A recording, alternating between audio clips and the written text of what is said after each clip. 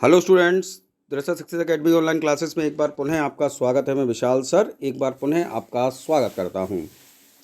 मेरे super TET junior के student जिनकी परीक्षा 17 तारीख को होनी है, उन सभी के लिए अंग्रेजी विषय के टेस्ट पेपर मैं दे रहा हूं और आज मैं आपके लिए टेस्ट पेपर 8 लेकर आया हूं। आप लोग बहुत अच्छी तैयारी कर रहे हैं, सबको हम मेरी तरफ से बहुत बहुत शुभकामनाएँ। बेस्ट ऑफ लक, आप लोग बहुत अच्छा एग्ज़ाम दें और जो मैंने कराया है उस पर विशेष फोकस दें। उसमें से बहुत सारा मटेरियल आपको एग्ज़ाम में मिलेगा। तो पहला क्वेश्चन आज की वीडियो का direct, liturgical plays were devised by the, ठीक, liturgical plays were devised by the king, officers, authors या क्लर्गी। तो भैया लिटुर्गिकल प्लेस जो है वो डिवाइज्ड किए गए थे किसके द्वारा? क्लर्गी के द्वारा, ठीक, जो क्लर्गी मैन हुआ करते थे उनके द्वारा। तो ऑप्शन डी इसका राइट आंसर है। Now question number 2, who were trade guilds? Trade guilds कौन थे? हु वर ट्रेड गिल्ड्स, इनका काम क्या था? पहले तो आप थोड़ा सा, मैं एक सेकंड लूँगा आपका। ट्रेड गिल्ड्स वे लोग थे, जब ड्रामास परफॉर्म किए जाते थे चर्च में तो उसमें चर्चमैन काम किया करते थे। लेकिन जब ड्रामास परफॉर्मेंस चर्च से बाहर होने लगी तो ट्रेड गिल्ड्स जो थे उन्होंने एज एन एक्टर उसमें परफॉर्म किया करते थे। तो वो कौन हुआ करते थे? Craftsman, merchants, both A and B and none. तो ऑप्शन सी आपका राइट आंसर है, क्राफ्ट्समैन एंड मर्चेंट्स, यानी कि बोथ ए एंड बी। चलिए नेक्स्ट क्वेश्चन आता है, how many scholars were in the university wits? University wits में total कितने स्कॉलर्स हैं? How many scholars were in the university wits, university scholars में कितने कुल आपके स्कॉलर्स थे? 5, 6, 7, 8। सबको ये आंसर पता है, ऑप्शन बी इसका राइट आंसर है, यानी कि 6। Question 4, who wrote the Spanish tragedy? Spanish tragedy के लेखककार का नाम आपको बताना है। बहुत अच्छा क्वेश्चन है। John lily, Thomas Lodge, Robert Greene, Thomas kid. Option D आपका राइट आंसर है, थॉमस किड। और इसी से प्रभावित होकर शेक्सपियर ने हैमलेट की रचना की है। ध्यान रखें आप लोग, द स्पेनिश ट्रेजेडी। चलिए next question, question number 5। Question number 5 है आपका, which age in English literature is called a nest of singing birds? अंग्रेजी साहित्य में कौन सी एज ऐसी है जिसको कि नेस्ट ऑफ सिंगिंग बर्ड्स कहा जाता है? ध्यान से सुन लीजिए, अंग्रेजी साहित्य में कौन सी ऐसी एज है जिसको नेस्ट ऑफ सिंगिंग बर्ड्स कहा जाता है? मिडिल एज, एलिजाबेथन एज, चौसर एज या नन ऑफ दीज? तो ऑप्शन बी आपका राइट आंसर है, Elizabethan age. Question number 6, who wrote the line? किसने ये लाइन लिखी? Revenge is a kind of wild justice. Revenge is a kind of wild justice. तो आपका option आपके सामने, शेक्सपियर, मार्लो, बेकन, सरे। तो भैया बेकन साहब का एक ऐसे है ऑफ रिवेंज, वहाँ से ये लाइन ली गई है। तो फ्रांसिस बेकन इसका राइट आंसर, ऑप्शन सी। चलिए next question, question number 7, in which language Thomas More wrote the book Utopia? ठीक, उटोपिया पुस्तक थॉमस मोर ने लिखी। पूछा ये जा रहा है कि ओरिजिनली उन्होंने इस बुक को किस लैंग्वेज में लिखा था? Greek, Latin, English, French? तो ऑप्शन बी आपका राइट आंसर है, लैटिन भाषा में। चलिए नेक्स्ट क्वेश्चन आता है, question number 8, which is known as first English prose romance? 4 option में से आपको पहला अंग्रेजी भाषा का प्रोज रोमांस बताना है। As you like it, Euphues, a lady in the moon या नन? तो भैया यूफ्यूज, कौन सा है? इफ्यूज। चलिए नेक्स्ट क्वेश्चन आता है, question number 9, in which year Astrophel and Stella published? Astrophel और स्टेला कब पब्लिश हुआ? ये वर्क कई बार इसमें से रिलेटेड क्वेश्चन मैं करवा चुका हूँ टेस्ट पेपर में। आपको इस बार ये क्वेश्चन का आंसर देना है कि कब पब्लिकेशन हुआ इसका? 1590, 1591, 92 या 93? तो ऑप्शन बी इसका राइट आंसर है, 1591।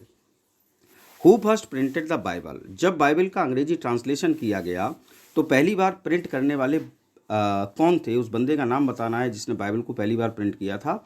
King James, Alexander Pope, Thomas Thorpe या रॉबर्ट बार्कर? तो ऑप्शन डी आपका राइट आंसर है, रॉबर्ट बार्कर। चलिए next question, question number 11, who wrote divine poems? Divine poem के रचनाकार कौन है साहब? तो डिवाइन पोएम सोनेट कलेक्शन है जॉन डन साहब का। तो ऑप्शन ए आपका राइट आंसर है। Question number 12, the Indo European language was spoken around the area of? Indo European language जो है थी वो किस क्षेत्र में बोली जाती थी?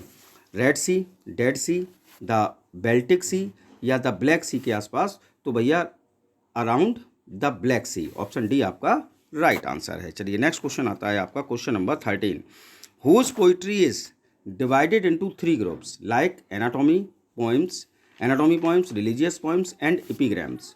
आपको उस पोइट का नाम बताना है जिसकी पोइट्री 3 ग्रुप्स में डिवाइड है, एनाटॉमी पोइम्स, रिलीजियस पोइम्स और एपिग्राम्स में। Ben Jonson, Thomas crew, Spencer या रॉबर्ट हेरिक। तो ऑप्शन डी आपका राइट आंसर है Robert Herrick. Question number 14, who is responsible for the Puritan spirit and find its noblest expression. Who is responsible for Puritan spirit and find its noblest expression. तो Burton, done, Herbert या Milton. तो option D आपका right answer है John Milton. चलिए next question आता है, question number 15, who is called critics critic. Who is called critics critic. Critics critic किसको कहा जाता है, Francis Bacon, Edmund Spenser, William Hazlitt या लॉर्ड बायरन। तो ऑप्शन सी आपका राइट आंसर है विलियम हेजलेट साहब को क्रिटिक्स क्रिटिक कहा जाता है। अगला क्वेश्चन आता है 16 number, who is called exponents of social essays. किसको सोशियल एसेज का एक्सपोनेंट कहा जाता है, Francis Bacon, Charles Lamb, Joseph Addison या रिचर्ड स्टील। आप लोग बताइए, अगर आंसर बता पाएं सोचिए जरा। तो इसका राइट ऑप्शन है आपका option A Francis Bacon. Next question आपका आता है, who is called the exponents of domestic novel. Domestic novels का एक्सपोनेंट किसको कहा जाता है, Thomas Hardy, Jane Austen, Samuel Richardson, Horace Walpole. तो भैया डोमेस्टिक नॉवेल का एक्सपोनेंट कहा जाता है जैन ऑस्टन साहिबा को। चलिए 80 number question, who is the founder of graveyard school of poetry. Graveyard school of poetry के फाउंडर कौन है, जॉन ड्राइडन, चौसर, थॉमस ग्रे या शैली। तो ऑप्शन सी इसका राइट आंसर है थॉमस ग्रे। ठीक, इनकी एक एलेजी है जो कि मोस्ट फेमस है। एलेजी की अगर मैं बात करूं, an elegy written in a country churchyard, वहाँ से आप ध्यान रख सकते हैं चर्चयार्ड, ग्रेवयार्ड। ठीक, तो graveyard school of poetry Thomas Gray साहब। चलिए next question, question number 19, dash is a poem with double meaning, one the apparent meaning and the other hidden meaning. ऐसी पोएम को क्या कहा जाता है, आपको बताना है, जिसमें कि 2 अर्थ होते हैं, एक अपैरेंट मीनिंग होता है और दूसरा छिपा हुआ अर्थ होता है। तो भैया ऐसे को कहा जाता है सोनेट, बैलेड, एपिक या एलेजी। तो सॉरी एलेगोरी। तो आप सब जानते हैं एलेगोरी। ऑप्शन डी आपका राइट आंसर है। Question number 20, which of the following is not an element of drama. इन 4 में से कौन सा एलिमेंट ड्रामा के अंतर्गत नहीं आता, स्टेज क्राफ्ट, फीडबैक, कैरेक्टर या डायलॉग। स्टेज क्राफ्ट होता है, कैरेक्टर होता है, डायलॉग होता है, फीडबैक नहीं होता, ये एक एलिमेंट नहीं है ड्रामा का। चलिए question number 25, if in a ballad a line or stanza is repeated but with an additional that advances the story it is called. बहुत अच्छा क्वेश्चन है साहब। यदि किसी बैलेड में एक लाइन या स्टेंजा रिपीट हो जाए but with an additional that advances the story, लेकिन एडिशनल के तौर पर जो कि कहानी को एडवांस करने का करे, तो ऐसे लाइन या स्टेंजा को क्या कहा जाता है, referential repetition, incremental repetition, just repetition या नन। तो भैया देखो साफ साफ है एडिशनल। ठीक, एडवांसेस द स्टोरी। तो भैया जब एडिशनल की बात हो गई तो इंक्रीमेंटल, यानी कि ऑप्शन बी आपका राइट आंसर है। चलिए next question 22, Fortinbras is a character in Shakespeare's. Fortinbras Shakespeare साहब के किस प्ले में आया है, किंग लियर में, ओथेलो में, हैमलेट में या जूलियस सीजर में। तो ऑप्शन सी आपका राइट आंसर है, हैमलेट प्ले में फोर्टिनब्रास कैरेक्टर आया है। 23, John Keats was a. John Keats थे क्या थे, classical poet, sentimental poet, didactic poet या हेलेनिस्टिक पोइट। तो ऑप्शन डी आपका राइट आंसर है Hellenistic poet. Question 24, who is the hero of as you like it. As you like it play जो कि Shakespeare साहब का प्ले है, उसके हीरो का नाम आपको बताना है, ओलिवर, ऑरलैंडो, चार्ल्स या पोलोनियस। तो ऑप्शन बी आपका राइट आंसर है ऑरलैंडो। चलिए next question number 25, in England where dramas was first perform. अगर हम इंग्लैंड की बात करें तो इंग्लैंड में ड्रामा का पहला जो सबसे पहले परफॉर्मेंस हुआ करता था तो वो कहाँ हुआ करता था, तो पैलेस में होते थे सबसे पहले ड्रामास, महल में, थिएटर में हुआ करते थे, चर्च में हुआ करते थे या ओपन फील्ड में। तो हमेशा याद रखिएगा चर्च में। ड्रामास का आरंभ इंग्लैंड में कहाँ से हुआ है, चर्च से हुआ है। Now the next question, question number 26, which of the following plays of Shakespeare does not belong to the last phase of his career. ये शेक्सपियर से साहब के 4 प्लेस के नाम लिखे हुए हैं। आपको ये बताना है इनमें से कौन सा प्ले ऐसा है जो कि शेक्सपियर साहब की कैरियर के लास्ट फेज में उन्होंने नहीं लिखा है। Much ado about nothing, the tempest, Cymbeline या विंटर्स टेल। तो भैया देखो मच एडो अबाउट नथिंग जो है ये शेक्सपियर साहब के कैरियर के शुरुआती दिनों में लिखा हुआ है और इसको इन्होंने लिखा था 1598-1599 में। ठीक, तो ये जो है वो लास्ट फेज में नहीं आता, तो ऑप्शन ए आपका राइट आंसर है। चलिए साहब नेक्स्ट क्वेश्चन आता है। In 1601 a collection of Shakespeare sonnet was printed by. ठीक, 1601 में शेक्सपियर साहब की सोनेट जो थी उसके कलेक्शन को प्रिंट किया गया। तो किसके द्वारा प्रिंट किया गया? The dark lady of the sonnet, mister WS, Thomas Thorpe या जॉर्ज पील। तो ऑप्शन सी इसका राइट आंसर है आपका थॉमस थॉर्पे साहब के द्वारा जो शेक्सपियर साहब की सोनेट्स हैं उसके कलेक्शन को प्रिंट किया गया था 1601 में। चलिए नेक्स्ट क्वेश्चन आता है 28। Which is the correct serial of the tragedies of Shakespeare. Shakespeare साहब की ट्रेजेडीज़ का करेक्ट सीरियल आपको बताना है। ठीक, 4 उनके प्लेस के नाम लिखे हुए हैं ट्रेजेडीज़ के। देखिए मैं आपको एक एक क्रम करके बताता चलता हूँ तो आप स्वतः ही समझ जाएंगे। सबसे पहले 1599 से 1601 के बीच उन्होंने हैमलेट की रचना की। उसके बाद 1603 से 1604 के बीच ओथेलो की रचना की। फिर उसके बाद 1605 से 1606 के बीच किंग लियर की और 1606 से 1607 के बीच मैकबेथ की। तो इस हिसाब से हैमलेट, ओथेलो, किंग लियर और मैकबेथ ये सही क्रम होता है, तो ऑप्शन बी आपका राइट आंसर है। Now next question 29। The main theme of Shakespearean sonnet is. Shakespeare साहब की सोनेट की अगर मुख्य थीम की बात करें तो वो क्या है? लव है, हेट्रेड है, इंट्रिग्यू है या एनवी है? तो ऑप्शन ए आपका राइट आंसर है लव। ठीक, चलिए नेक्स्ट क्वेश्चन, क्वेश्चन नंबर 30।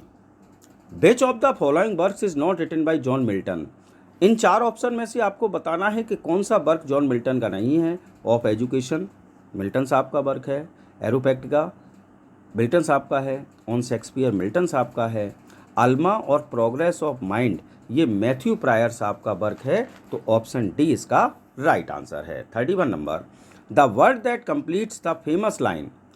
आपको इन 4 ऑप्शन में से उस शब्द को बताना है जो कि एक फेमस लाइन को कंप्लीट करता है। Better to reign in hell than serve in.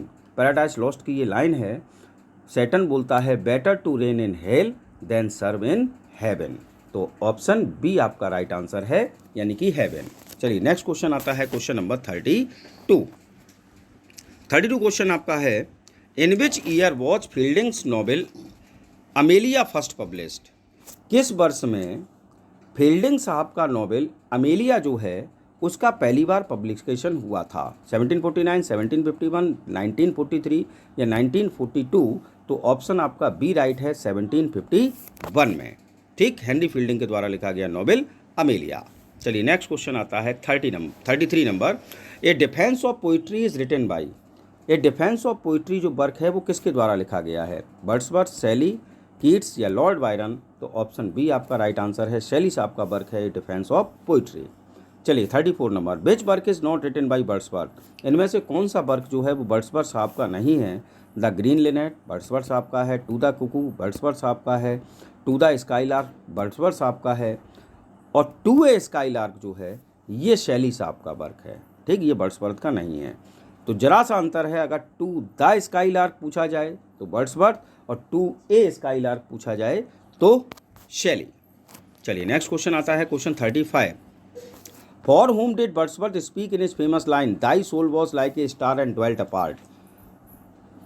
William Wordsworth साहब ने एक लाइन लिखी, ए फेमस लाइन कि thy soul was like a star and dwelt apart.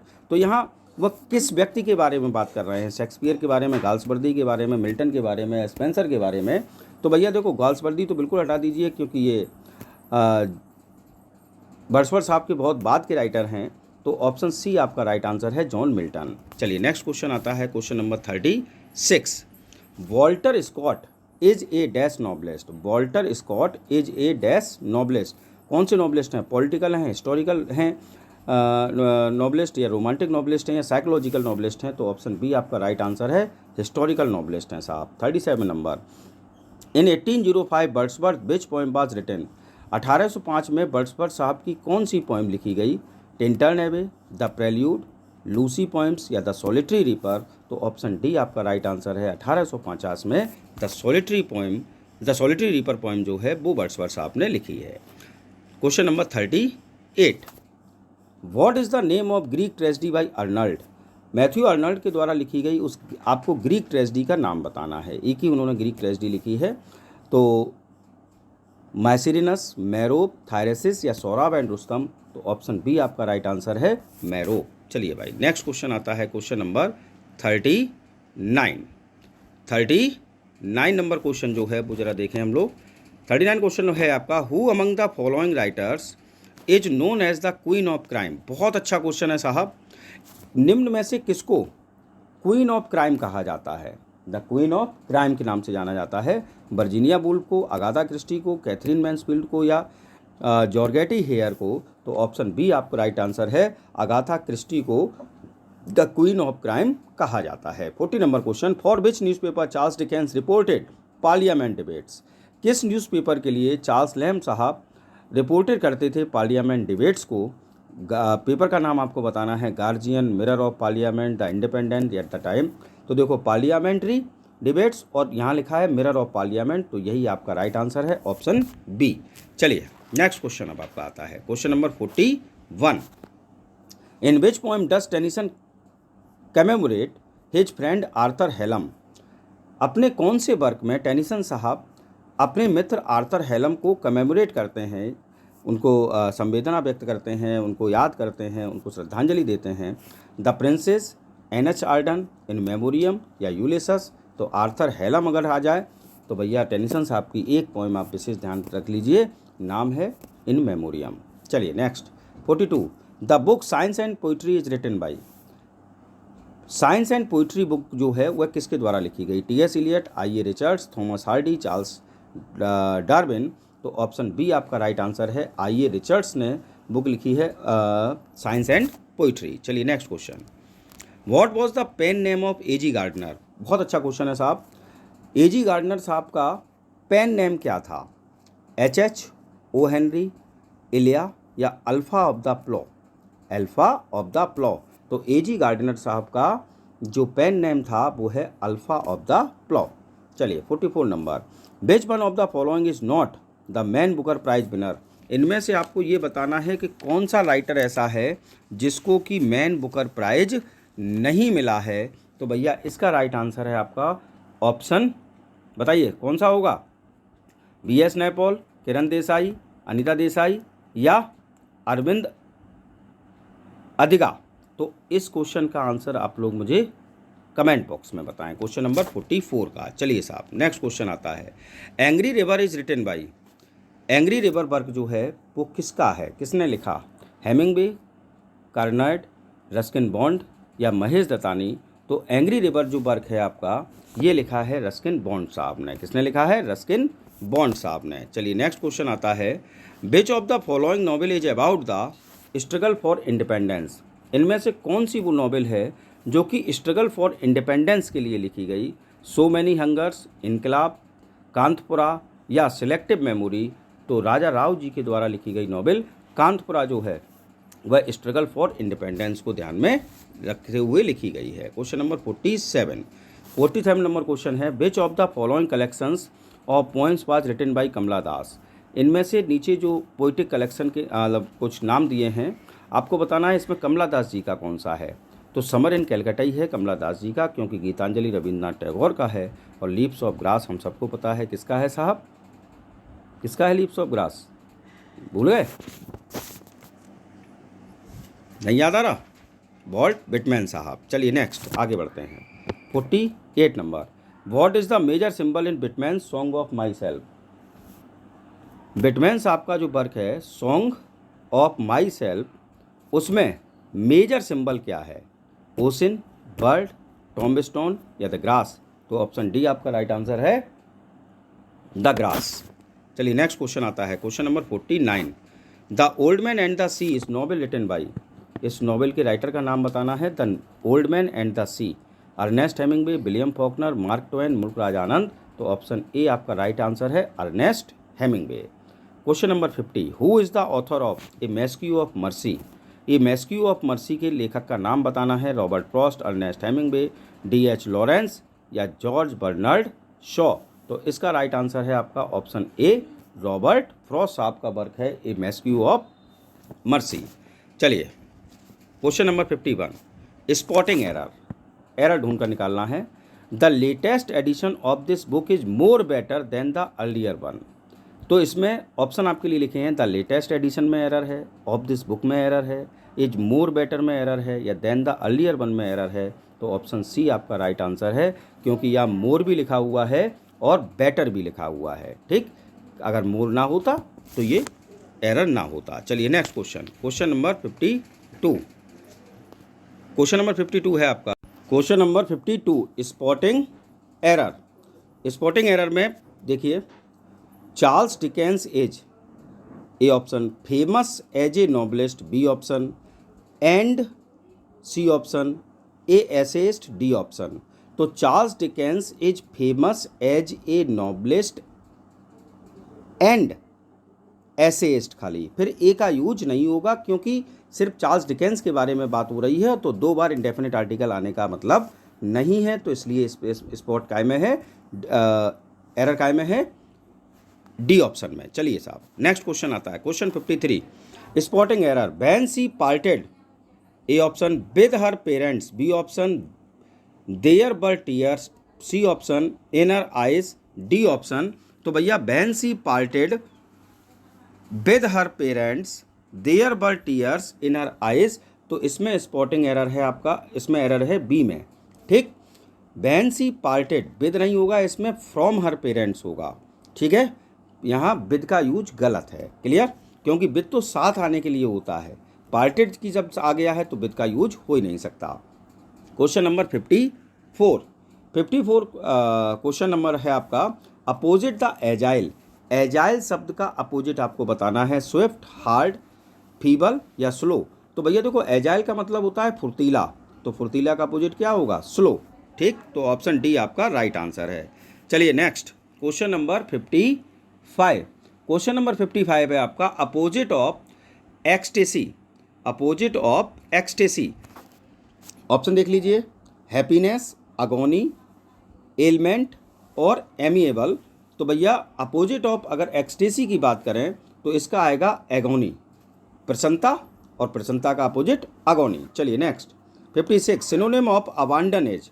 अबांडन शब्द का सिनोनिम आपको बताना है, तो डिफ्यूज, डिस्ट्रेस, डिसडेन या डिसगार्ड। तो ऑप्शन डी आपका राइट आंसर है, डिस्कार्ड। चलिए next, synonym of disparity is. Disparity शब्द का सिनोनिम आपको बताना है 57 नंबर क्वेश्चन, तो पार्शियलिटी, स्टिंगीनेस, इनजस्टिस या इनइक्वालिटी। तो भैया सिनोनिम होता है डिस्पैरिटी का, डिस्पैरिटी का मतलब होता है असमानता, तो इनइक्वालिटी का मतलब भी क्या होता है, असमानता। चलिए next 58 number, choose correct spelling. Guarantee शब्द लिखा हुआ है, गारंटी की सही स्पेलिंग आपको बतानी है, तो गारंटी की सही स्पेलिंग होती है GUARANTEE, यानी कि ऑप्शन बी आपका राइट आंसर है। चलिए नेक्स्ट क्वेश्चन आता है, question number 59, choose correct spelled word. इनमें से आपको बताना है कौन सा करेक्ट स्पेल्ड वर्ड है। मॉन्स्ट्रस यानी कि भयंकर, भयावह जो शब्द होता है उसको मॉन्स्ट्रस कहा जाता है, तो स्पेलिंग उसकी सही होती है MONSTROUS। तो ऑप्शन ए आपका राइट आंसर है। चलिए वन वर्ड आपको बताना है इसमें, one who looks at everything from a personal point of view is known as. एक ऐसा बंदा जो कि प्रत्येक चीज़ को अपने पर्सनल पॉइंट ऑफ व्यू के साथ देखता है, ऐसे व्यक्ति को क्या कहा जाता है, एगोसेंट्रिक, क्विकोस्टिक, सैडिस्टिक या कॉम्प्लेसेंट। तो भैया एक ऐसा बंदा जो कि सभी चीज़ों को अपने पर्सनल पॉइंट ऑफ व्यू के आधार पर देखता है, ऐसे बंदे को आप क्या कहेंगे, इसका आंसर भी आपको कमेंट बॉक्स में देना है। चलिए साहब नेक्स्ट क्वेश्चन आता है, question number 61। Question number 61, a person living at the same time as another is. एक व्यक्ति दूसरा व्यक्ति जब रहता है, मतलब रह रहा है उसी समय वो भी है, तो ऐसे व्यक्ति को क्या कहा जाता है, आर्चिक, नोस्ट्रम, कंटेम्पररी या नन ऑफ दीज। तो समकालीन यानी कि कंटेम्पररी कहा जाएगा, सी ऑप्शन सही है। Question number 62, give me the book dash I gave you. Give me the book dash I gave you. तो गिव मी द बुक, अब बुक के लिए क्या है, नॉन लिविंग है, तो नॉन लिविंग के लिए या बुक्स होता तो दोज आ जाता, ठीक, हुज आएगा नहीं, वॉट यहाँ प्रयोग नहीं है, तो ऑप्शन सिर्फ ए बचता है which. Give me the book which I gave you. चलिए नेक्स्ट क्वेश्चन आता है 63 नंबर। Prashant and Kintu are my, Prashant and Kintu are my cousin brothers, cousins, cousin या कजिन रिलेटिव, तो भैया इसमें सिर्फ और सिर्फ बी ऑप्शन आपका सही है, cousins.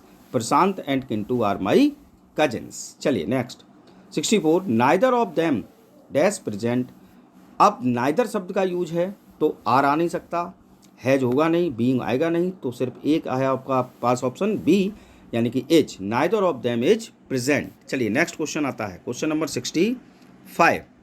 Many man would welcome such a chance, many dash man would welcome such a chance, तो इसमें कौन सा आर्टिकल आएगा, एन, द, ए या जीरो आर्टिकल, तो इसमें आएगा भैया, चूंकि MEN लिखा हुआ है, अगर MEN लिखा होता तो ए का यूज़ नहीं आता, लेकिन MEN लिखा है तो A, many a man would welcome such a chance. Question 66, his dash is always important, his dash is always important, तो एडवाइस पूछी गई है, तो एडवाइस के लिए ADVICE, तो his advice is always important, option A आपका राइट आंसर है। चलिए नेक्स्ट क्वेश्चन 67 नंबर। बहुत अच्छे आप लोग तैयारी कर रहे हैं, मुझे पता है इन सभी प्रश्नों के उत्तर आपको बखूबी याद हैं, ठीक, और जो ना याद हों तो वो आज आपको याद हो जाएंगे। Hardly dash be started when it began to ran, hardly be started when it began to ran. आपको पता है हार्डली शब्द का इस्तेमाल पास्ट परफेक्ट टेंस में होता है, और पास्ट परफेक्ट टेंस में हैड का यूज होता है, तो ऑप्शन सी आपका राइट आंसर है, hardly had be started when it began to rain. 68 नंबर। We eat so that we dash live, हम खाते हैं जिससे कि हम जीवित रह सकें, ठीक, तो सकें के लिए ऑप्शन सी यानी कि मे शब्द यहाँ बिल्कुल सही है। चलिए नेक्स्ट 69 नंबर। All of his efforts were in, all of his efforts were in, उसके सभी प्रयास कैसे रहे, तो वेन यानी कि व्यर्थ रहे, और वेन की सही स्पेलिंग है VAIN। चलिए next, give oneself airs means, idiom है ये एक, गिव वनसेल्फ एयर्स, इसका अर्थ क्या होता है, तो भैया बिहेविंग एरोगेंटली, क्या अर्थ होता है, बिहेविंग एरोगेंटली, ठीक, ऑप्शन सी आपका राइट आंसर। चलिए next, to buckle down means, एक और इडियम आपके लिए आ गया, बकल डाउन का अर्थ आपको बताना है। बकल डाउन का अर्थ होता है गंभीरता से कार्य करना, यानी कि वर्क सीरियसली, तो ऑप्शन ए आपका राइट आंसर।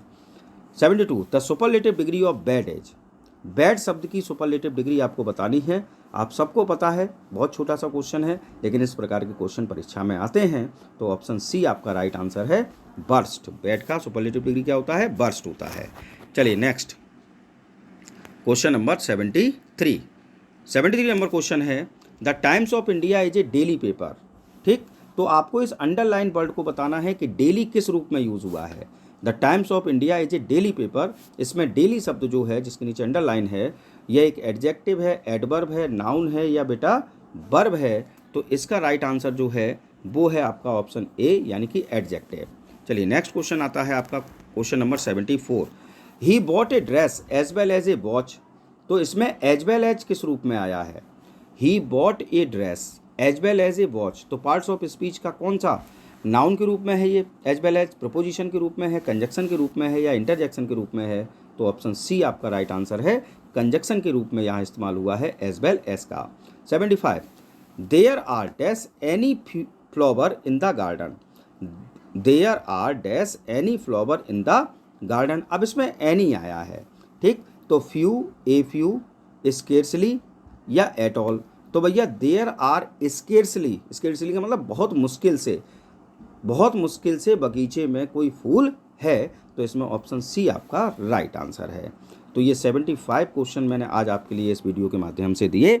आई होप आपको मेरा वीडियो बहुत पसंद आया होगा, और यदि वीडियो पसंद आया हो तो प्लीज़ लाइक, कमेंट और शेयर ज़रूर करें, और मुझे बताएं कमेंट बॉक्स में कि आपके कितने आंसर्स सही हुए हैं। एक बार पुनः आपको सभी को परीक्षा के लिए बहुत बहुत शुभकामनाएं, ऐसे ही डटकर तैयारी करते रहिए और जल्द से जल्द सिलेक्शन पाइए। थैंक्स फॉर वॉचिंग, सुरक्षित रहिए, स्वस्थ रहिए, जय हिंद, जय भारत।